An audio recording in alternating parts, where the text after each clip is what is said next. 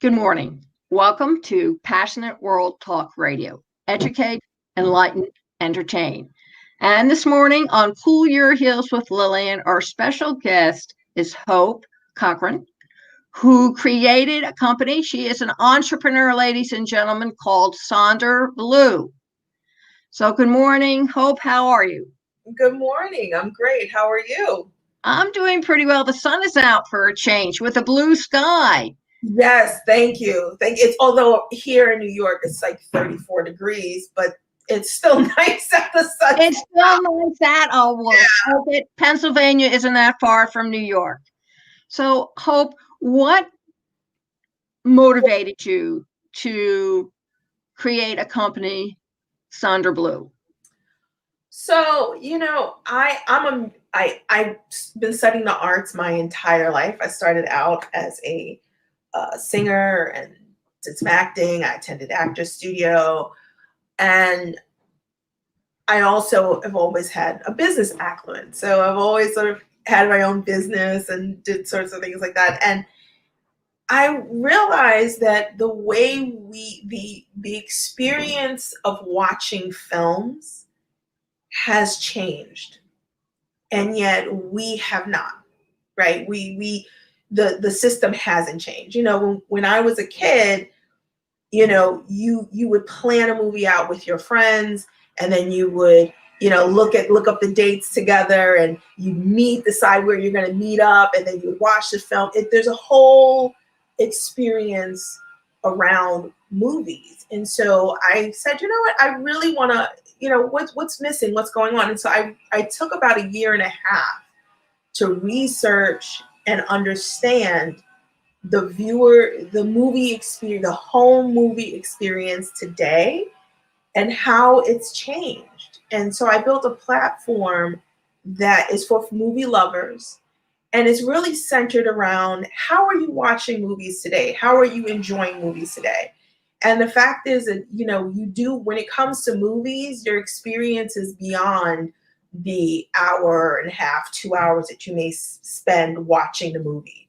You talk about that movie, you research that movie, you do a lot of different kinds of engagement. And so I put it all into this platform because it speaks to me. It's what I want to use.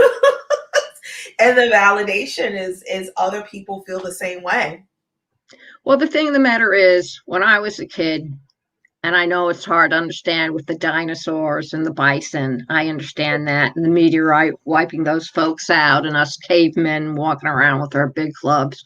The thing of the matter is, when movies started coming around, especially when they started the movie of the week that I remember as a child, actually I was a teen by then, but you interacted with the movie. You identified with the characters. You were not sitting in front of the screen. You were inside that screen doing what the character was doing. And ladies and gentlemen, that's exactly how Hope has set it up. So instead of just sitting on your couch, you actually can interact with other people while you're watching the movie. It's like the first time they did 3D and you tilted back in your seat and you saw the movies from a whole other angle. Right. I know I got sick when they took me upside down to look at a canyon and down into, I'm afraid of heights. So, I had to run from the theater. But you're right. In our day and time, and with our technology, you have made it possible for people actually not only interact with themselves, but in some respects interact with the movie they're seeing in front of them. Right. Well, it's a community. It's about how are you as a movie lover today? Think of all the things you do before you even watch a movie. How much time are you spending searching for that movie? How much time do you spend talking about that movie? How do you talk about it? How do you find the movie? When you're watching the movie, what are you doing when you're watching? There's a whole world that exists today around movies that didn't exist, you know, when I was a kid, and a whole and didn't exist with, you know, that it would existed when you were a kid that didn't exist when I was a kid, right? So it's not just about your movie experience is not just about sitting down and watching a movie. That is a linchpin in the experience, but it's a total experience. And so I think that, you know, what I did was I call it community development, because I actually started out with one concept and realized it wasn't enough. It wasn't what was needed. Or it was just a piece of what was needed. And I decided I was going to build an entire platform, because when I would talk to people, they would go, I really want that. I really want to be able to watch a film with another person. Great. Let's talk about what that experience is going to look like. And that's a very, very detailed experience, right? I want movie reviews. Okay, great.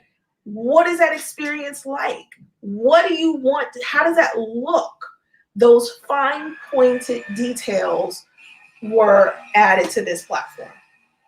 And you have to understand, folks, they used to do this for some of the TV programs. Remember Dallas?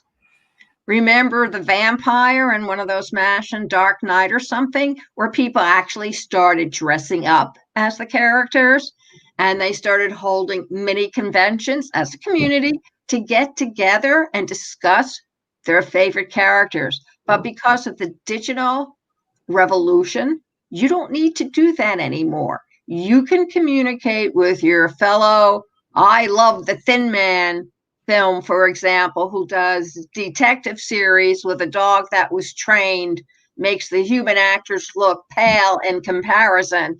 But you have a group of people sitting from all over the country talking about this film, and they're in the same room. Mm-hmm. And that's quite a feat. Yeah, and they're in the same space. Build your own communities, things around film. You know, it's a very robust site. It's not a, you know, it's not a one of the things I really was animate on. Initially, I have to say it was a feature I was developing. And then when I really began to speak to people, I was like, no. This is not the platform. This is not a platform. It is a feature. And so I really went into understanding the experience and, you know, really, you know, delving in, and I held research groups and just what is the experience like, and collected all of that data and revamped the entire site and revamped the entire platform and built it out to address these particular needs of film lovers. Well, I hope you go and take a look with what PBS has done.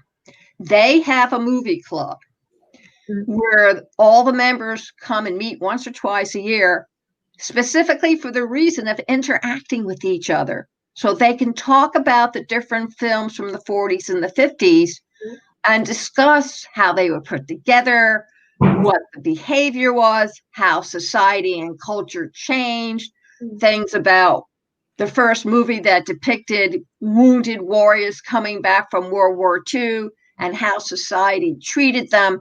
So I am delighted to see somebody pick up on that idea and say, we can do this, but you don't have to wait for that annual convention anymore. You can now do it in the privacy of your home, but connect by a StreamYard, Zoom or StreamYard, or the many other type of streaming communities that are out there, and form your own community and realize that you're not the nut or the alien from outer space who likes movies to the point where that's number one on your list and that you exist only for movies. Yeah. And I think that's a great thing.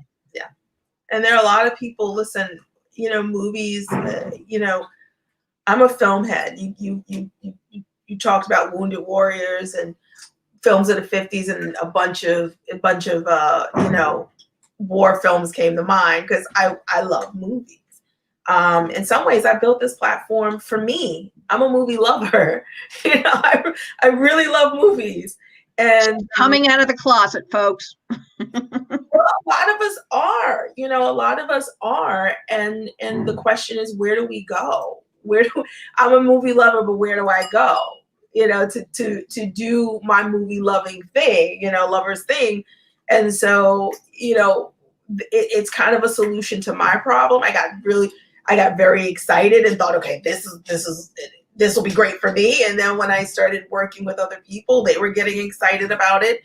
So it's what I always say, we're more than a streaming platform, and we are a streaming platform built by movie lovers for movie lovers. That's what it comes down to. Well, if you listen to some of they're old men now, but if you listen to people like George Lucas or some of the others of his generation, what does he say? How he made movies? I went to the movie theater and I spent hours watching the old flicks of cowboys and Indians, stagecoaches, how they perform certain activities on the film. That was his teaching apparatus. Mm-hmm. So I can see the same thing being applied to what you're offering your viewers as an educational platform in which kids can come in and actually study film and learn from it and take away from it to do their own documentaries or to do their own films. That speaks to another feature that we have on the platform, which no other platform have, which is we have Filmmaker Engagement. So we are designed for, one of the things that we offer is the ability for you or us as audiences to connect with filmmakers. So, if a filmmaker wants to preview their stuff and they put it on a platform, you can, be a part of that process. It's about the film lover, and I thought about this project from the perspective of the film lover and the filmmaker. And from a film lover's perspective, wouldn't it be nice to be able to have a conversation with the filmmaker, be like, what were you doing and why did you do that? So, we just in terms of our content, we cater to the films that are behind our paywall are classic movies and independent movies. We really focus on, the reason why we focus on the independent, one of the reasons why we focus on the independent movie is because the things that they're making, they are very successful at avoiding a lot of the tropes. They're telling, yes. They're very, and so you get these very genuine stories that are from a unique perspective. There was I watched a short the other day that was called Fruitless. And I sat with the director and I went, I don't know if I'm upset with this or because I kind of get it, but I also am like, oh my God, this is the most upsetting thing. And we talked about how it would probably not have ever been made, within the Hollywood system, because it is from a very feminine point of view, but it's from a perspective that you don't often see in a Hollywood film because it doesn't have any of those tropes, They don't have anything tokenism in there. It's not with a pretty woman or a pretty man, and it's not the usual. It's about a woman who's trying to get pregnant. Yes, and that's a topic that's not discussed. It's still taboo. Come on, admit it. Exactly, and the detail that the detail that went into the story, you as a woman, I go, okay. And we had a whole conversation. So if a man saw this, I wonder if he would have a completely different perspective, right? Like it's from women would see it and probably get something very, very different. And I'm bringing the film up because, I earnestly don't think it's so far out of the Hollywood tropes. It doesn't cater to it at all. I don't think that it would have been seen. Hollywood wouldn't pick it up and say, let's make a feature out of it, which is what we discussed. It should be the next phase for it. But as an independent, it's a voice that deserves to be heard, that would be heard in mainstream film. So our focus is on the independent voice. And we really, when we bring on a piece of work to the platform, we're asking, is this your voice? Is this you? So for example, if you're a white guy from the Midwest trying to talk about the Asian experience, as you know, in New York, or in China, or India, where my question is, why are you the one to tell this story? Like that, it has to resonate, it has to make sense. So we really make sure that the voices that we bring on are their own voices. They're authentic. Yeah, it's got to be their own voices.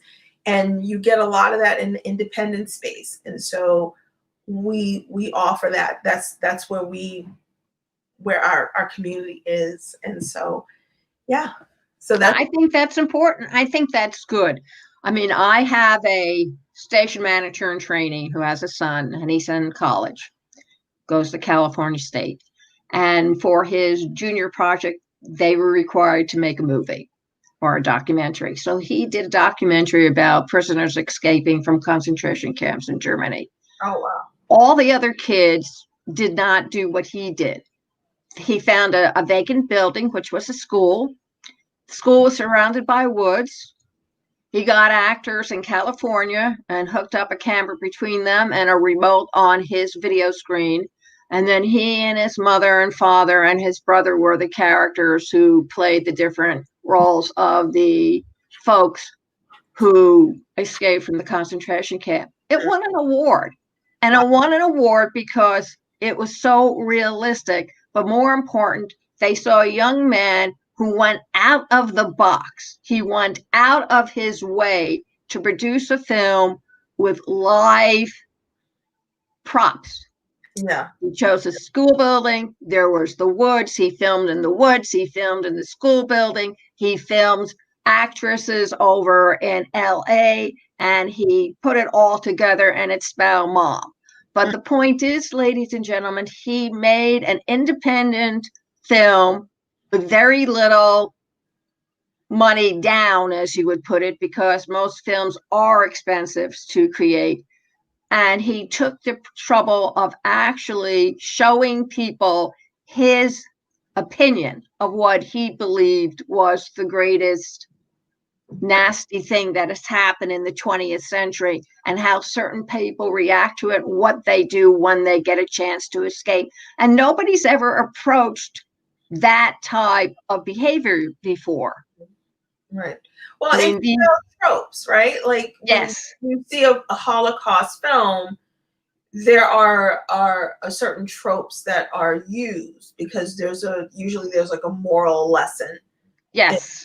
In the film. And I mean, I haven't seen the film, but and that lesson could be there. But I'm supposed to receive the MP4. I'll be more than happy to share it. Yeah. So I mean, what if it was a story about a sympathizer? Like, what would that movie be like? What would that movie be like? And would Hollywood tell that story? I don't know. I mean, I've never really seen it, or maybe the closest they came was the boy in the striped pajamas. Yeah, the boy in the striped and I always felt like they started in the wrong spot. But they should have had behind that, though. Well, what was the lesson behind it? Because the lessons behind it is that even though his dad was a high Nazi muckety muck, he still managed to crawl into a concentration camp and get gassed with a little Jewish boy. Well, yeah. And the moral lesson there is be very careful what you wish for, because it might happen to you. Good point. I mean, that's what happened yesterday in the Capitol. Oh. Whether they want to look at it straight. I'm not trying to make this into a political thing. No, I hear you. But you have to take your inspiration and your ideas from the material that life happens to hand to you. Yeah. And it would not surprise me if we see a lot of documentary films coming in about about what happened from different points of view. I mean, I told the Republican I'm appalled that I saw the Confederate flag, and he said, "Oh, well, that's not a big deal." Really?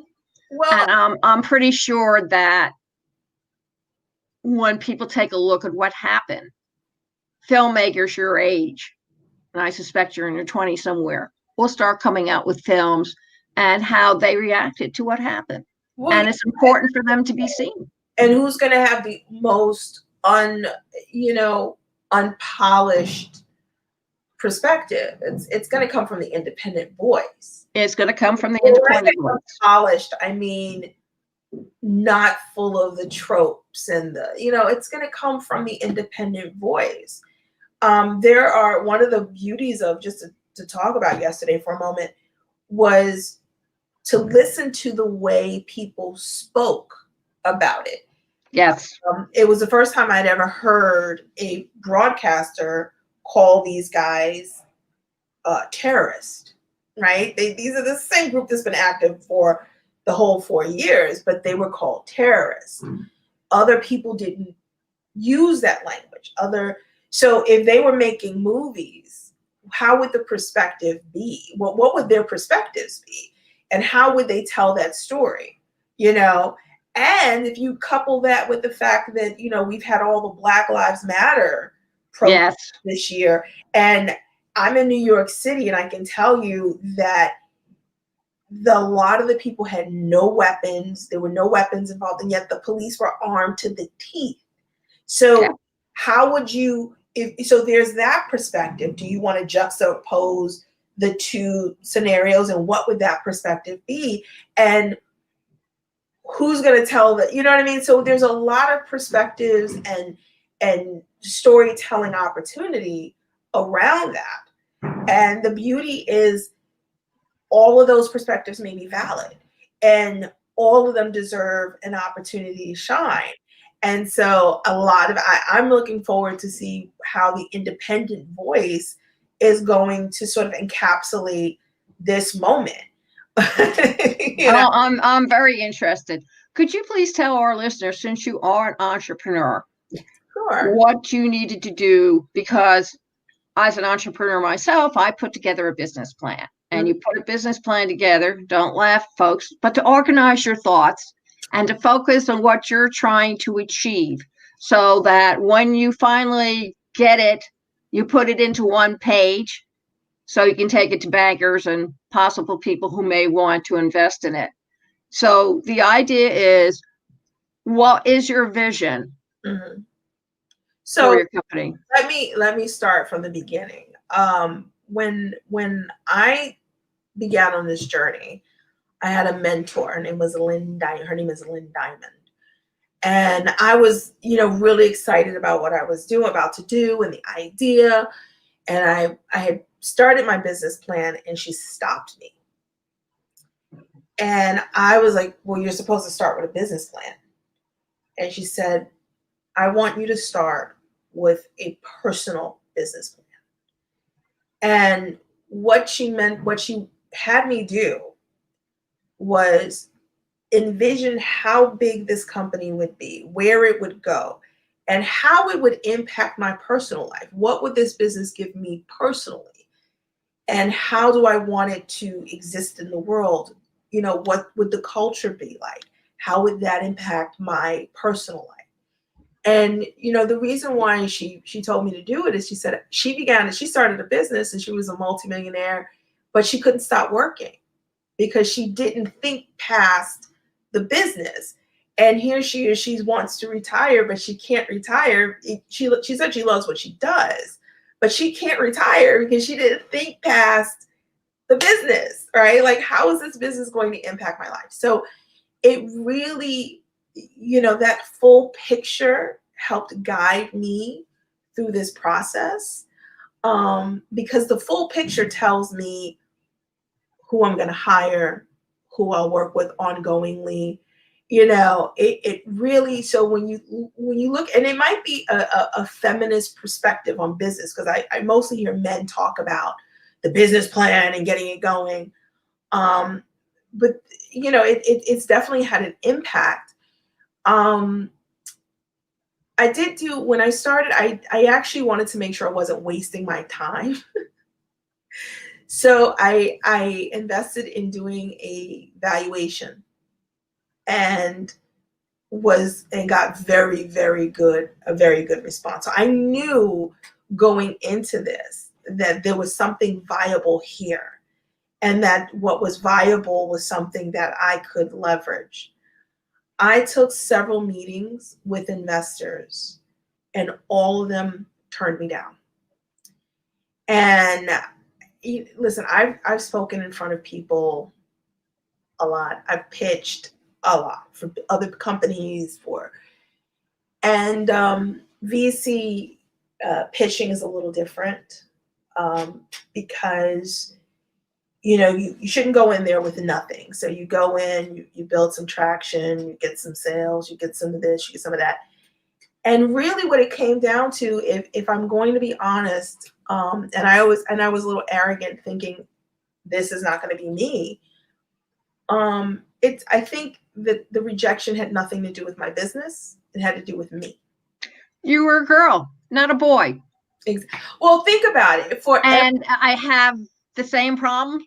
And people say to me, my husband died last year, but people thought he was the CEO of the company, that he was the brains of the company. I mean, he was bright. He had a doctorate in organic chemistry, and he taught at Barnard, and he was from Harvard, and blah, blah, blah, blah, blah, blah. And people say, well, I'd like to talk to your husband. And I say, why? And they said, well, because it's his company. I said, no, it's my company, my money. I invested in it. My husband is silent. And the only time he gets to speak is when he thinks I need a little business advice. I said, outside of that, he does not exist. This is my thing, my company. Right. And I had my business plan looked at, scrutinized, dissected, and the banks all turned me down. And finally, one guy says to me, it's nothing personal, Lillian. It's just that you're not a guy. Doesn't surprise me. I mean, at the end of the day, when you look at VC capital, for every $100 given to a man, a woman gets 5. Yeah, exactly. And the glass ceiling, folks, is still there. You may not see it, but you're not going to see any mob.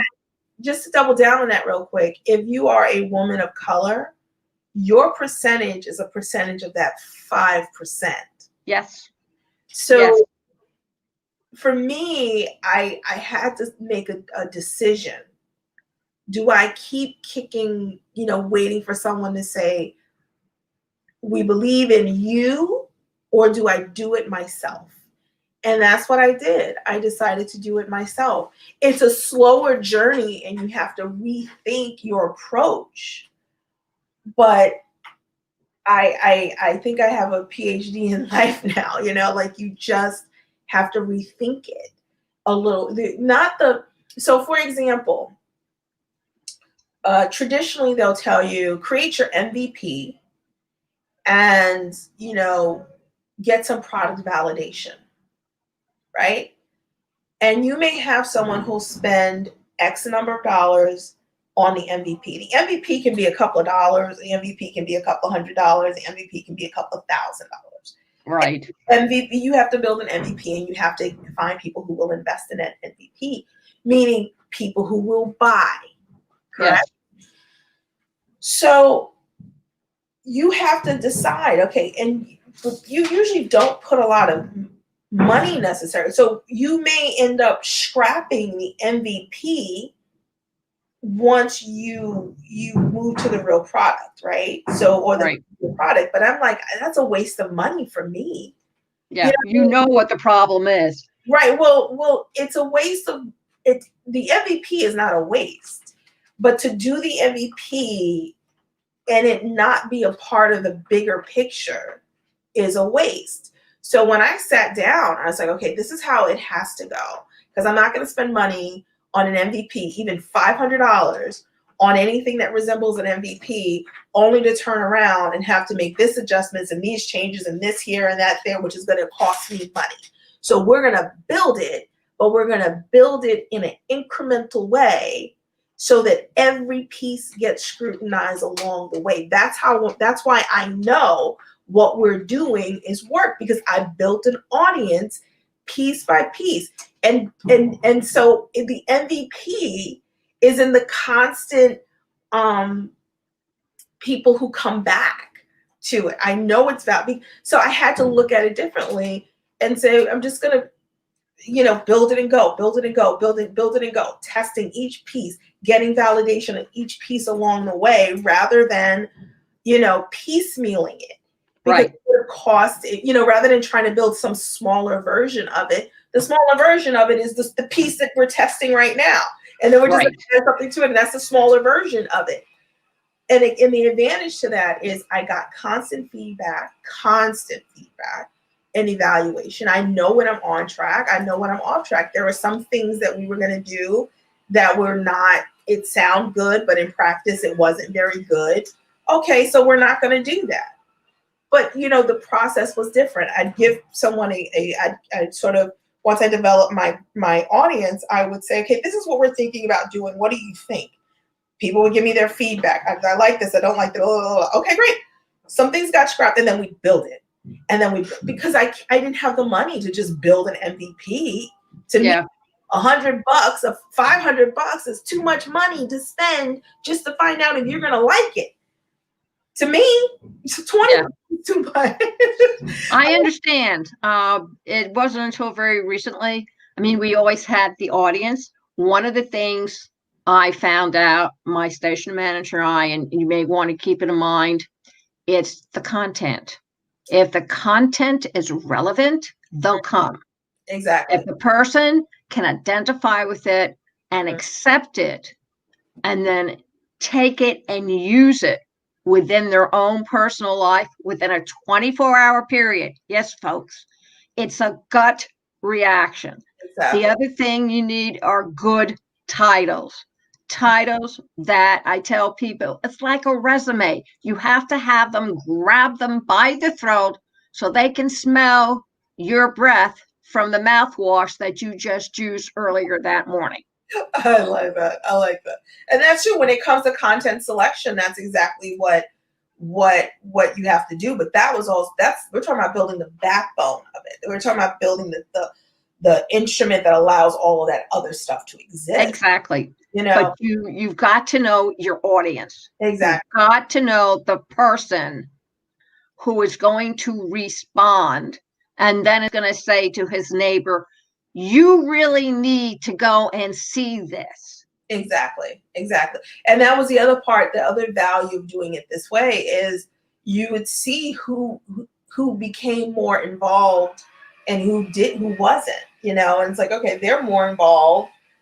And then you talk to them individually. Like I'm a big proponent of the data is great. And I love my data, but I also speak to people. I actually sit down with people and have entire conversation. I hosted an event just to get feedback. I hosted an event. We presented the platform, and I said, okay, this is your moment. Tear it apart. It was a 4-hour conversation with people whose only investment was they love film and they want to be involved. And some people and new concepts and ideas came out of that. So it's like I'm not so attached to it that I don't say, okay, it can't get better, tear it apart. And that's my battle cry. I always tell people, tear it apart.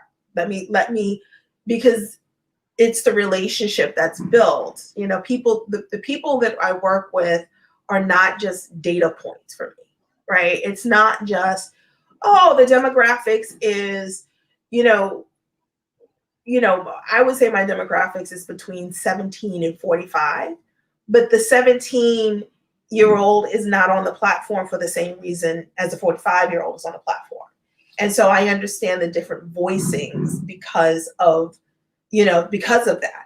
And I can, when we come to marketing, I can say, okay, this is how we need to speak to this person. This is how we need to speak to that person. Yeah. And it makes a difference. We're going to wrap it up, but we're going to have Hope back so we can continue this conversation because it's very important. She has established a company that is different and radical from the other type of streaming programs out there. and understand that her concept will be picked up by other entrepreneurs and expanded upon, because it always happens that way, whether you like it or not. I've had hosts go through my station and become highly successful, built on what I gave them. Well, I hope I'm the one being highly. Yeah, exactly. I think so. You kind of wonder why it works that way, but it does. But on the other hand, ladies and gentlemen, Passionate World Talk Radio has an excellent reputation in the broadcast media industry, and I suspect so does SonderBlu for what it has to offer and will continue to offer. So I urge you to go over to her website, and your website is SonderBlu.com. And just for your listeners, we will give you a promo code that you can use to offer your listeners an additional 10% discount on our membership. Right now, if you register today, you'll get a 60% discount on our annual membership. And if you use her promo code, you'll get an additional 10% off of that. That's pretty lucrative, 70%, ladies and gentlemen, and adults of all ages. Yes. So, any more additional contact information? Your email is going across the board. Is there anything else that our listeners need to know? So if they register on our, if you register on the platform, we will add you to our pre-launch community. And in the pre-launch community, you're going to have access to a series called the Filmmaker Spotlight Series, where we actually sit down with individual filmmakers. We get to know, we talk about their films, we talk about their careers, and every filmmaker sits with us and does a walkthrough of their film. So you'll get to watch the film, and then once the film is over, you can sit down and talk to us and see the commentary from the filmmaker about the film. So that's it. The entry for that is that you have to register on the platform. Yeah. And if you are an independent filmmaker and you would like to have your film featured on your platform, SonderBlu, what do they need to do? So if you go to the website, there is a section in our headers in the footer. So if you go to, it goes to Filmmaker, and the filmmaker can upload their film and their synopsis, and we will review the film. Once we review the film, again, we won't take everything, but we're looking for a certain quality. But we will look at everything. We look at everything. And if selected, we'll contact you either way to discuss the film, discuss, where you are as a filmmaker, and you can get you on our platform. So listen up, filmmakers. You don't always have to go to the Robert Redford Filmmaker Studio, because I understand now there's a 12-year wait. So this is an opportunity, seriously, to go and get your film looked at. And the only other thing I'd say, if you are rejected for various and sundry reasons, please contact me, LSC, at Passionate World Talk Radio. We have a TV channel. We'll discuss it, and perhaps we'll get your film on the television where 200,000 plus people will view it. And maybe it's not the 1 million people that you're hoping for, but everybody has a start. So I want to thank everybody for joining us today. I want to thank Hope for coming in and talking about her new entrepreneurism, her company, which is very revolutionary. And I really hope you go out and visit the site, SonderBlu.com, because it's very interesting and there's a lot of good information that has been provided right there within the website. Mm-hmm. If you wish to see and hear this all over again, you can find us on youtube.com/PWR network -PW Talk Radio. You can also find us on facebook.com/PWR Network LLC. And the audio will be provided as well on Spreaker, iTunes, iHeart, and all social media. If you want to know where, go over to the website, https://passionateworldtalkradio.com, menu right-hand side of the screen. Go and take a look. The audio will be posted, and there is a blog that is also provided every day with all the information and the links one needs to find the video and or the audio. Thank you all very much for listening. And remember, please keep listening. Thank you and stay safe. Bye.